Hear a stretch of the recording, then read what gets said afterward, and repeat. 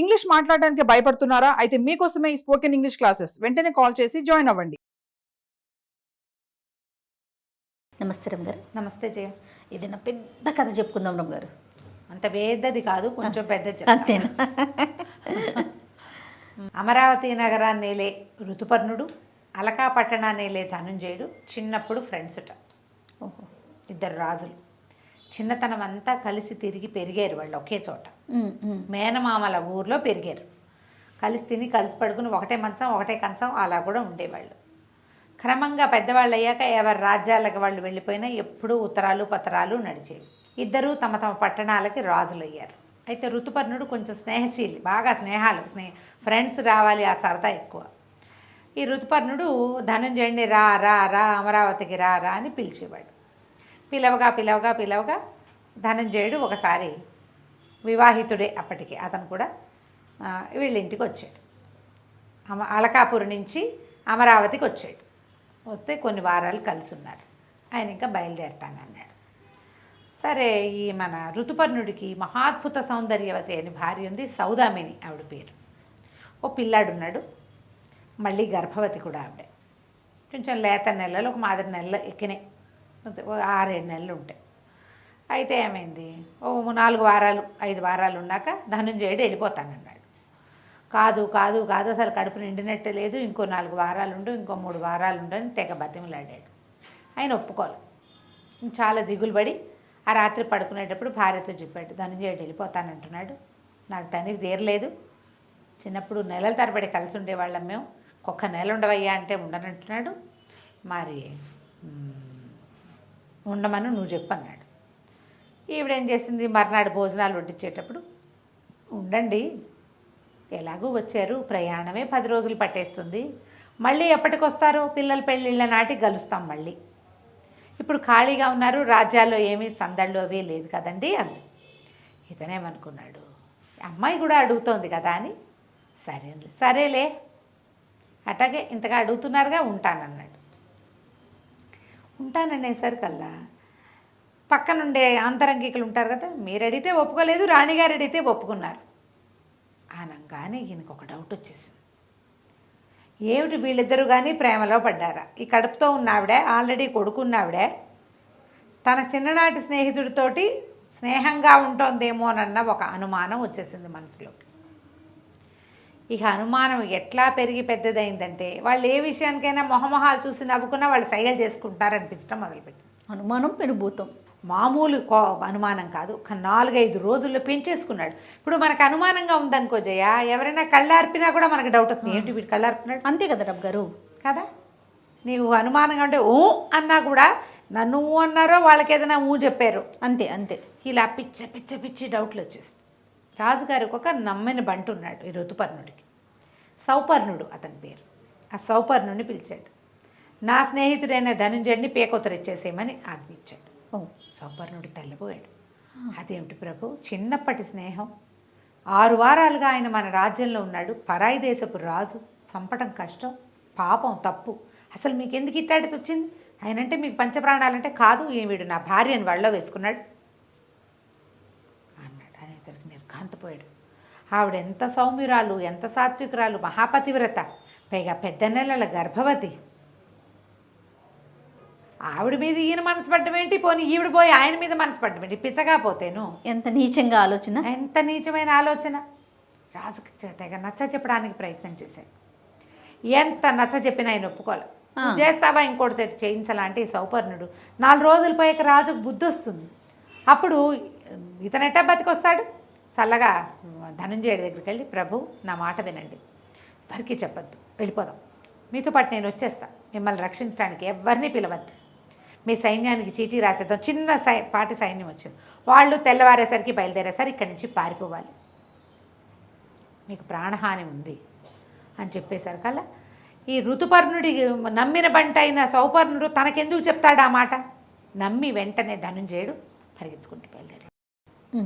ఎప్పుడైతే ఋతుపర్ణుడికి ధనుంజయుడు లేడని, సౌపర్ణుడు కూడా కనపట్టలేదని తెలిసేసరికల్లా సౌపర్ణుడే ధనుంజయుడిని తప్పించాడు. వాడు అర్థమైపోయింది, నా పెళ్ళాన్ని వల్ల వేసుకోవడం కాకుండా నా నమ్మిన బంటను కూడా వల్ల వేసుకున్నాడు అనిపించింది. అక్కడి నుంచి రాణిగారిని జైల్లో పెట్టించేశాడు. నిండు నెలల గర్భవతి. ఈవిడ వల్లేనన్నాడు. జనం అంతా ఆశ్చర్యపోయారు. ఈ పిల్లాడు, వీళ్ళకి ఒక పిల్లాడు ఉన్నాడుగా 5 ఏళ్లవాడు, తల్లి మీద వచ్చినటువంటి ఈ గొడవ, తల్లి అంతఃపురంలో లేకపోవడంతో వాడికి అనారోగ్యం పట్టుకుంది పిల్లాడికి. ఇంకో 2 నెలన్నరలో ఆవిడ కాస్త కన్నది. ఆడపిల్ల పుట్టేసరికల్లా ఈ సౌబలుడని ఇంకొక అతను ఉన్నాడు. ఈయన తాలూకు ఇంకొక నమ్మిన బంటు సైన్యాధిపతుల్లో ఒకడు. అతని భార్య శీలవతి ఆవిడ పేరు. ఆవిడ రాణిగారిని తన దగ్గర ఉంచుకుని పురుడు పోసి. పిల్ల చూస్తే అచ్చు రాజుగారు ఉన్నట్టే. ఆవిడ ఏమంది, అమ్మా పిల్లని చూస్తే రాజు మనసు మారుతుందేమో, ప్రయత్నం చేద్దాం, పిల్లని నాకు ఇవ్వండి, నేను తీసుకెళ్ళి చూపిస్తాను. నెలపురుడు వెళ్ళింది. 40 రోజులైంది పిల్లకి. 40 రోజుల పిల్లకి బోల్డన్ని అలంకారాలు చేసి రాజకుమార్తెలాగా చేతులకి కంకణాలు, మెళ్ళో వస్తువులు, పాదాలకి బంగారు పాంజేబులు, చిట్టి కిరీటము పెట్టి చక్కగా అలంకారం చేసి ఈ శీలవతి చేతిలో పెట్టింది ఈవిడే సౌదామిని గారు. పెట్టేసరికల్లా ఈ పిల్లని తీసుకుని రాజుగారి దగ్గర తీసుకెళ్ళేసరికల్లా రాజు ససేమిరా ఒప్పుకోలే. ఆయనకి నమ్మకం ఇది కాలేదన్నమాట.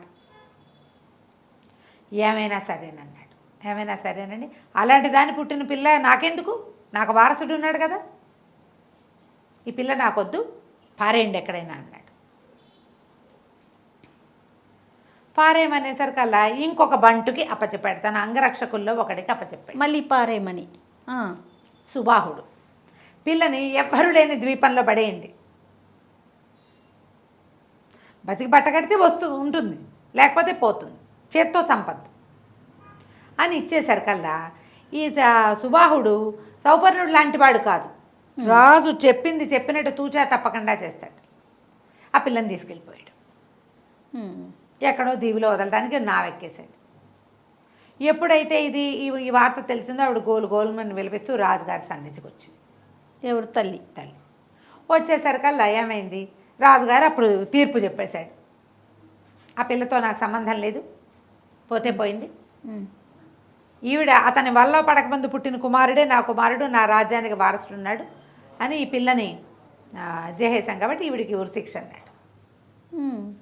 అనేసరికి ఒక అశరీరవాణి వినపడింది పెద్దగా.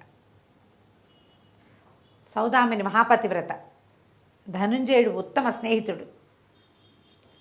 ఇప్పుడు గనక ఇలాంటి పని చేస్తే, ఈమెకి ఏదైనా చేస్తే రాజుకి వారసులు లేకుండా పోతారు అనగానే రాజు అశరీరవాణి, అందరూ ప్రజలంతా ఆశ్చర్యపోయారు. సభలో ఉన్న వాళ్ళంతా అయ్యో అయ్యో అయ్యో అశరీరవాణి చెప్తోంది, దైవం, ఈ మాట నమ్మాలి, రాణిగారికి శిక్ష వేయకూడదు, ఆమెకు శిక్ష వేయడానికి వీల్లేదు. ఈ లోపలేమో ఆ సుబాహుడు పిల్లని ఎత్తుకెళ్ళిపోయాడు. అయ్యో, పెద్దగా కేకలు పెట్టారు ప్రజలంతా. రాజు ఒప్పుకోలే. దీనికి ఈవిడికి ఇప్పుడు సౌపర్ణుడు ఈవిడ మాట వినే వాడిని తప్పించాడు. శీలవతి ఈవిడ మాట వినే ఆ అమ్మాయిని తన దగ్గర పెట్టుకుంది. ఇలా నమ్మిన బంట్లు ఎంతమంది ఉన్నారో రాణికి. ఎవరితోటో చెప్పిస్తోంది, ఈ మాట నేను నమ్మనన్నాడు. నమ్మననేసరికల్లా ఆవిడ కాస్త కుప్ప కూలిపోయింది. కోల్పోయేసరికల్లా జనాలంతా హాహాకారాలు చేశారు, కానీ స్పృహ తప్పిపోయింది. శీలవతి ఆవిడ మోసుకుపోయింది. ఇంతలో ప్రజలు ఈ మన అంతఃపురంలో ఉండేవాళ్ళు పరిగెత్తుకొచ్చారు. ప్రభు, రాకుమారుడు గుండె పగిలి మరణించాడు. అయ్యో, పిల్లాడు వాళ్ళ అమ్మ చెప్పింది, చెల్లెల్ని ఎక్కడో పారేశారు, ఈవిడ చచ్చిపోయిందని ప్రకటించేశారు. ఆ స్పృహ తప్పి పడిపోయిన ఆవిడ మరణాసన్నురాలుగా ఉంది అని ప్రకటించారు. పిల్లాడు అమ్మ తల్లి లేదన్నాక వార్త వినేసరికల్లా వాడు పెద్దగా ఏడ్చి స్పృహ తప్పిపోయి చనిపోయాడు పిల్లాడు. ఇప్పుడు ఏం చేశాడు ఈయన, వారసురాలుగా ఉండవలసిన పిల్లని అక్కడెక్కడో బడేయించాడు. ఈవిడేమో చచ్చిన దానిలాగా ఉంది, చచ్చిపోయిందో ఏమైందో, పిల్లవాడు పోయాడు. అంటే అశరీరవాణి నిజమేనమాట. నన్ను అనుమాన పిశాచం ఆవరించింది. ఆ అశరీరవాణి కూడా చెప్పింది, రాజుకి అనుమాన పిశాచం ఆవహించింది, అనుమానంతో ఇంత పనిచేశాడు. అతనికి ఏది తెలీదు, అతను ఏది చూడలేదు. సౌదామిని ఉత్తమ స్త్రీ, ధనుంజయుడు ఉత్తమ పురుషుడు, అసలు అవ్వకూడదు అట్లా. ఇతను ఒప్పుకోలే, కాదన్నాడు. కానీ ఇప్పుడు ఏమైంది, పిల్లవాడు మరణించేసరికి అశరీరవాణిని ఒప్పుకోవాల్సి వచ్చింది. పిల్ల ఏమైపోయిందో. ఈ లోపల శీలవతి ఏం చేసింది, శవాన్ని ఈవిడే పడిపోయిన ఆవిడని మోసుపోయింది, ఇంటికి మోసుపోయి రాణిగారు మరణించిందని ప్రకటించేసింది. ఇప్పుడు ఈయనకి రాణి పోయింది, కొడుకు పోయాడు, పిల్ల ఏమైపోయిందో. ఈ సుబాహుడు ఏం చేశాడు, ఏమైందో చూడాలి పిల్లని మోసుకెళ్ళాడు. తీసుకుపోయాడు వాడు. తీసుకుపోయి ఎక్కడో ఏదో పడవెక్కేశాడు. ఏదో ద్వీపానికి తీసుకెళ్ళాడు. ఆ ద్వీపంలో ఒక చిన్నది సుమారైన ద్వీపం, ఏవో చెట్లు గిట్లు ఉన్నాయి, కొన్ని జంతుజాలాలు ఉన్నాయి. ఎప్పుడైనా పడవ వాళ్ళు చేపలు పట్టడానికి వస్తారు తప్ప ఇంకా అక్కడ ఏమీ లేదు. పిల్లని వదిలిపెట్టి అతను మళ్ళీ పడవెక్కడానికి వస్తుంటే ఆ అడవి వైపు నుంచి వస్తున్న ఒక ఎలుగుబంటి ఇతని మీద పడింది. సుబాహుడు చచ్చిపోయాడు. అయ్యయ్య. రాజుగారు సుబాహుడు తిరిగి వస్తాడు, ఎక్కడ వదిలిపెట్టాడు అడుగుతాము. చెప్తాడు, వెళ్ళి పిల్లని తెచ్చుకోవచ్చు అనుకున్నాడు. లేడు. ఇంతలో ఏమైంది, ఈ ఎలుగుబంటి అటు ఇటు చూస్తుంది కానీ పిల్ల నిద్రపోతుంది. అది కెవ్వమని ఏడుచుంటే ఎవరో ఉన్నారని ఎలుగుబంటి దాని మీదకి వచ్చును.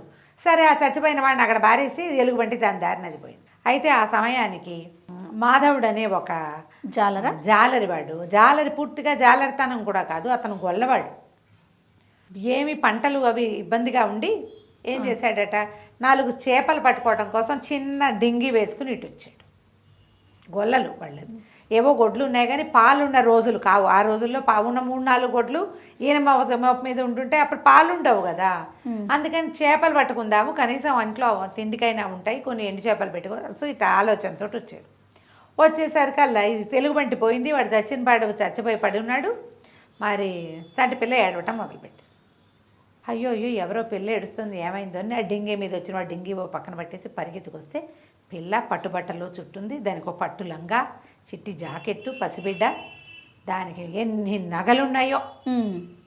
నిర్కాంతిపోయాడు. ఓ నాయనో, నగ పిల్ల ఎంత బాగా దొరికింది, ఈ నగలతో మన జీవితం వెళ్ళిపోతుంది కదా. అక్కడి నుంచి పిల్లని రుచుకుని చేత్తో వస్తుంటే సుబాహుడు కనిపించాడు చనిపోయి.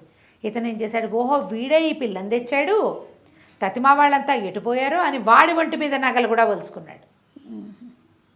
అతనికి కూడా ఉంటాయి కదా సుబాహుడు, కడియాలు, తర్వాత కాళ్ళ కడియాలు ఉంటాయి, చేతికి కడియాలు ఉంటాయి, మెళ్ళో ఏదో హారం ఉంది, చెవులకు పోగులు, ఇవన్నీ ఒలుచుకుని ఈ చంటి పిల్లని ఎత్తుకుని డింగి వేసుకుని ఇంటికి వెళ్ళిపోయాడు.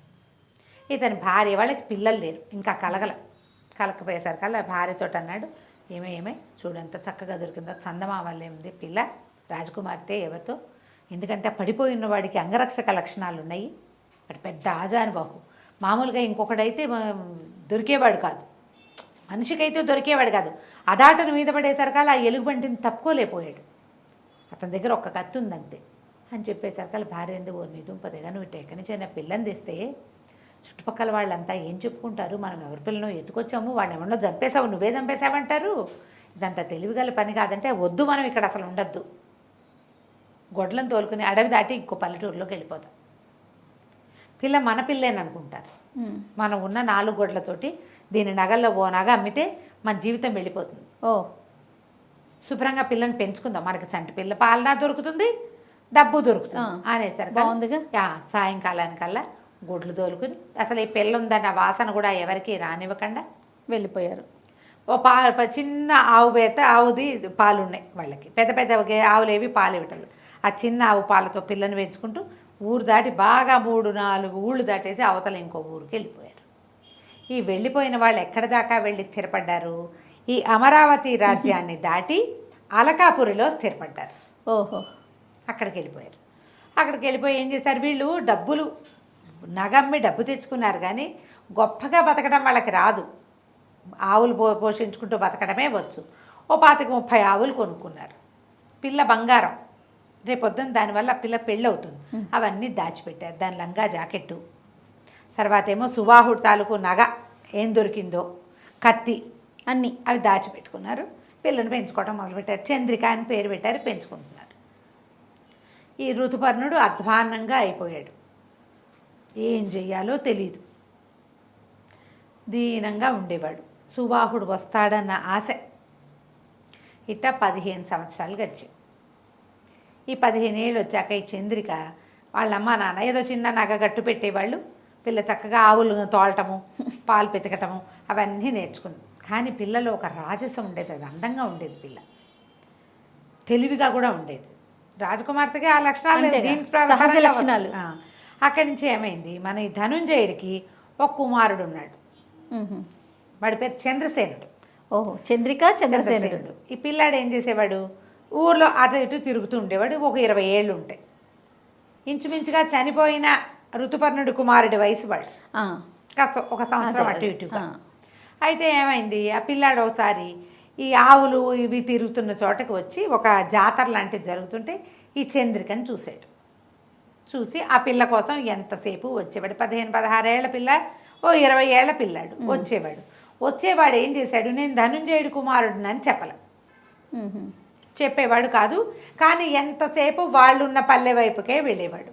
ఆ పిల్ల బీట్లో ఆవులను మేపుతుంటే దాని వెనకాల పడి తిరిగేవాడు. ఏదో ఫ్లూటు గీటు వాయించేవాడు. దాని వెనకాల తిరుగుతుంటే వీళ్ళేమనుకున్నారు, పిల్లాడు బాగున్నాడు, రాజుగారు అబ్బాయిని ఎందుకు వస్తుంది, వాడు సింపుల్గా బట్టలు వేసుకుని వచ్చేవాడు. పిల్ల కూడా ఇతనితోటి కొంచెం సరదా పడి ముచ్చటగా ఉండేది. పిల్లాడు ఈడు జోడుగా ఉన్నారు. పేర్లు కూడా కుదిరినాయి. చంద్రసేనుడు చక్కటి పేరు అనుకుని ఏ రాచగొల్లల పిల్లవాడో అనుకున్నారు. చంద్రసేనుడు అనగానే కొంచెము కాస్త పెద్ద పేరుగా తోస్తోంది. అబ్బాయి ఏమో వీళ్ళతో పాటే ఉండేవాడు. వాడు కూడా ఓ 2 ఆవులు తోలుకుంటూ ఉండేవాడు సరదాగా. సరే రోజులు గడుస్తుంటే మనకి రాజుగారి దగ్గర ఋతుపర్ణుడి దగ్గర నుంచి వచ్చినటువంటి సౌపర్ణుడు వీళ్ళ దగ్గరే ఉన్నాడు. కుర్రాడు ఎంతసేపు పల్లెల వైపే వెళ్తున్నాడని కనిపెట్టి రాజుకు చెప్పాడు. దేనికోసం అటు వెళ్తున్నాడు అని ఫ్రెండ్స్ని వీళ్ళని వాకప్ చేసి ఎవరితో పిల్ల కోసం వెళ్తున్నాడు. సరే ఈసారి పిల్లాన్ని అనుసరిద్దాం అనుకున్నారు. రాజు సౌపర్ణుడు ఇద్దరు మారు వేషాలు వేసుకుని గడ్డాలు మీసాలు పెట్టుకుని ఈ కుర్రాడు వెళ్తున్న వైపుకి వెళ్ళారు. ఆ రోజున ఏమిటట, అక్కడ ఒక పెద్ద జాతర లాంటిది జరుగుతుంది. పిల్ల తిరుగుతోంది.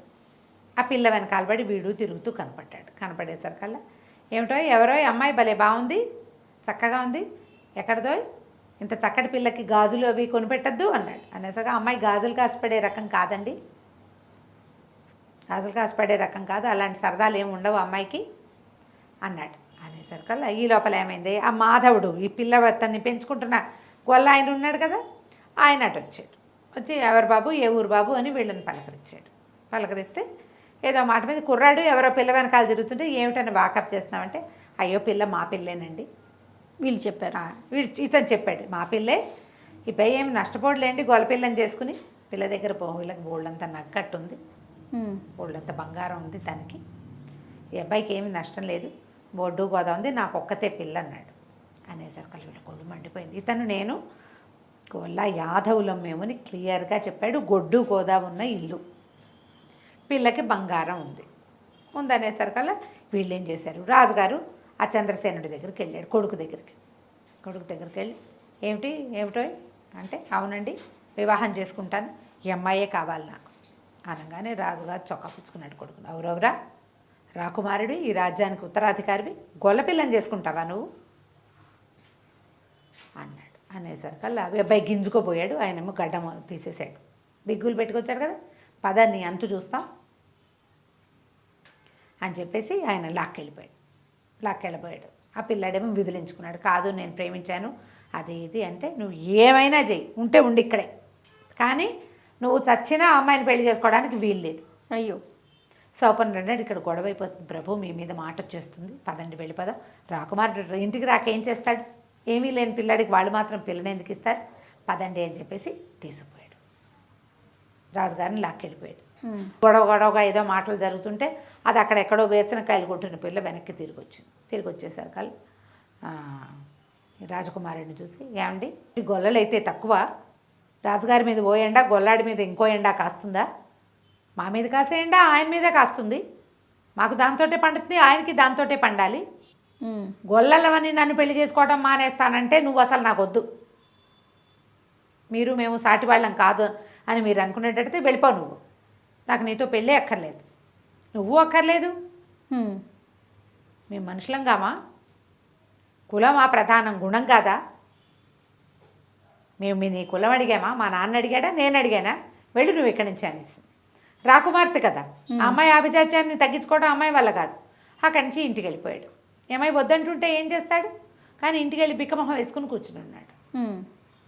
సరే ఈ సౌపర్ణుడు ఏమనుకున్నాడు, కాస్త బాగా ఆలోచించి, అబ్బాయి అట్లా కాదు, ఓ పని చేద్దాం, మీ నాన్న ఒప్పుకుంటాడు, పిల్లని చూస్తే మంచి ఔచిత్యం కలిగిన పిల్లలాగా ఉంది, మరి నువ్వు వాళ్ళ కుటుంబంతో పాటు వెళ్ళిపో, నీకు అమ్మాయి నచ్చింది, ఆ పిల్లని ప్రేమించావు, పెళ్లి చేసుకుంటాను అంటున్నావు కాబట్టి, అమరావతి రాజ్యంలో కుల విచక్షణ లేదు, మీరు వీళ్ళ కుటుంబంతో సహా వాళ్ళ సొంత రాజ్యం ఏదో అక్కడికి తీసుకెళ్ళిపో, వెళ్ళిపోతే అక్కడ వివాహం చేసుకుందు. కానీ వివాహం అయిపోయాక మీ నాన్న ఏమంటాడు, ఇక్కడ కుల విచక్షణ ఉంది, ఇక్కడ ఎవరు వీళ్ళకి పెళ్లి చేయరు. ఓహో, వీళ్ళకి పెళ్లి చేయడానికి పురోహితుడు దొరకడు, వాళ్ళు ఒప్పుకోరు. మ్మ్. ఇక్కడ ఉంది ఈ రాజ్యం పట్టింపు ఇది, అక్కడ లేదు అట్లా. రాజు ఇతరుల అంటే ఈ ప్రజల తాలూకు వివాహాది వ్యవహారాల్లో కలగజేసుకోడు, రాచరికంలో ఆ పందా లేదు అక్కడ, ఇక్కడ ఉన్నది మ్మ్.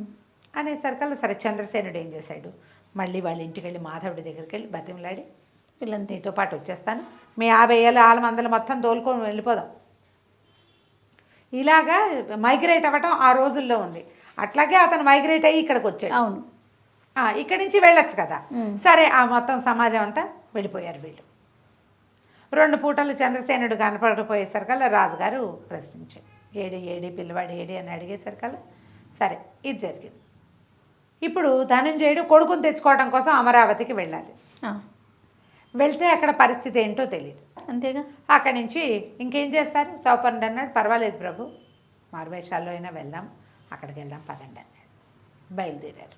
సరే వీళ్ళతో పాటు సౌపర్ణుడు కూడా వెళ్ళిపోయాడు, రాజును చూడాలని ఉంది అతనికి, ఎన్ని సంవత్సరాలు అయింది కదా. అయ్యేసరికల్లా ఈసారి ఋతుపర్ణుడు కూడా మరి మన ధనుంజయుడు కూడా ఆ రాజ్యానికి బయలుదేరాడు. ఈ మాధవుడు ఏం చేశాడు, పిల్ల తాలూకు నగ నాణ్యం అన్నీ తీసుకొచ్చుకున్నాడు తనతోటి. మరి మైగ్రేట్ అయిపోతున్నారు కదా, అన్నీ తీసుకొచ్చేసాడు. తీసుకొచ్చి వీళ్ళు ఊరు చేరిన తర్వాత ఈ ఊరు చేరాక వివాహం చేశారు. రాజుగారి దగ్గర ప్రింట్ వేయించుకోవాలి, ఓ అక్కడ పద్ధతి అనమాట, రిజిస్ట్రేషన్. ఆ, రాజుగారి దగ్గర తీసుకుపోయారు, పెళ్లి కూతుర్ని పెళ్లి కొడుకుని తీసుకుపోయారు. ఈ మాధవుడు కూడా వెళ్ళాడు. వెళ్ళి అయ్యా నేను గొల్లవాడినే కానీ మేము గొల్లలము, మా పిల్ల కాదండి, నాకు దొరికింది ఫలానా దేవిలో, ఇగో ఈ నగతో దొరికింది, నేను పెంచుకున్నాను, ఏ జాతి పిల్లో తెలీదు, కానీ క్షత్రియుల పిల్ల అవ్వడానికి అవకాశం ఉంది అనేసరికల్లా ఆ నగలు చూసేసరికల్లా ఆయన గుర్తుపెట్టాడు. అవన్నీ తన భార్య నగలు.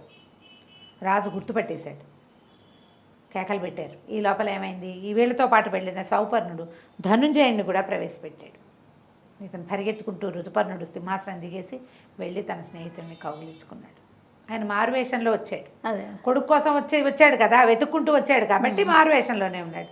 నన్ను క్షమించు, ఇట్లా నేను అన్యాయం అయిపోయాను, ఒక చిన్న అనుమానపు వీచిక లోపల ప్రవేశించేది పిశాచం అయిపోయింది, నీకు అన్యాయం చేశాను, నా భార్యకి అన్యాయం చేసుకున్నాను, కుమారుడు చనిపోయాడు, నా పిల్ల ఇట్లా దొరికింది అనేసరికల్లా నీ పిల్లే కాదు నా కొడుకే వాడని చెప్పాడు. ఇంత సంతోష క్షణం సౌదామిని బతికుంటే ఎంత బాగుండేదో కదా. అంటే శీలవతిని అడిగారు, ఆ అమ్మాయి ఆవిడది ఏమైనా చిత్రపటమైనా ఉందా మీ దగ్గర, ఈయన ఏం చేశాడు, అంతఃపురంలో ఉన్న ఆవిడ ఫోటోలన్నీ తగలబెట్టించాడు కోపంతో. అప్పుడు అంటే కాదు ప్రభు, మాకు ఊరు నుంచి ఒక శిల్పి వచ్చాడు, ఆ సౌదామిని మీద ప్రేమతోటి ఒక శిల్పం చెక్కిచ్చి పెట్టాను, చూద్దురు కానీ మా ఇంటికి రండి అని. ఈ కూతుర్ని అల్లుడిని ధనుంజయుడిని సౌపర్ణుడిని అందరినీ వెంబడి పెట్టుకుని ఆ శీలవతి వాళ్ళ ఇంటికి వెళ్ళారు. శీలవతి వాళ్ళ ఇంటికి వెళ్తే అక్కడ విగ్రహం కనపడింది. ఈయన అన్నాడు, రాజుగారు ఆశ్చర్యపోయాడు, ఇదేమిటి సౌదామిని వృద్ధురాలైనట్టు చెక్కిచ్చారు విగ్రహం. అంటే శిల్పి చాలా గొప్పవాడు ప్రభు, శిల్పి చాలా గొప్పవాడు, ఆవిడ చిన్నప్పుడు చూసి ఆవిడ పెద్ద ఈ వయసు వచ్చాక ఎలా ఉంటుందో ఊహించి ఇలా గీసాడు అనేసరికల్లా ముంగూర్లు కదులుతున్నాయి, ఊపిరాడుతున్నట్టు కనపడుతోందే అన్నాడు. ముందు చుట్టూ కదులుతోంది అని నేను ఒక్కసారి ముట్టుకు చూడన్నా అన్నాడు. అనగానే ఆవిడ కదిలింది, ఆవిడ బతికే ఉంది. ఈ శీలవతి ఆవిడని తన ఇంట్లో అట్టు పెట్టుకుని ఆవిడ బతికున్న పొలకవ ఎవ్వరికీ తెలియనివ్వల, ఏనాటికైనా పిల్ల దక్కుతుందేమో అన్న ఆశతోటి అక్కడి నుంచి దగ్గరికి వెళ్ళి భార్యను కావలించుకున్నాడు. ఆయన నేను ఎంత పొరపాటు చేశాను, నా వల్ల ఇన్ని సంవత్సరాలు సంటి పిల్లకి దూరం అయిపోయాం, పిల్లవాడిని పోగొట్టుకున్నాం, స్నేహితుడితో ఎడబాటు వచ్చేసింది, క్రూరమైన ప్రవృత్తి కలిగిన వాడిగా అయిపోయాను, అనుమానం ఇంత పనిచేస్తుందని భార్యని కూతురిని చూపించాడు. కూతురిని కాలుచుకుని పుట్టాక అది 40 రోజుల పిల్ల, తర్వాత ఇప్పుడే చూస్తున్నాను 16 ఏళ్ళు వచ్చాక. తర్వాత అంతా సంతోషించారు. తర్వాత రాజోచితంగా ఆ అమ్మాయికి అబ్బాయికి పెళ్లి చేశారు. 2 రాజ్యాలకి రాజు రాణి అయ్యారు, చంద్రసేనుడు చంద్రిక. ఈ పిల్లని పెంచినటువంటి మాధవుడు కుటుంబాన్ని తమతో పాటే ఉంచుకున్నారు. కథ కంచికి మనం ఇంటికి. పెద్ద కథ చెప్పాయన చాలా బాగుందండి, కథ కూడా చాలా బాగుంది. నమస్తే. నమస్తే.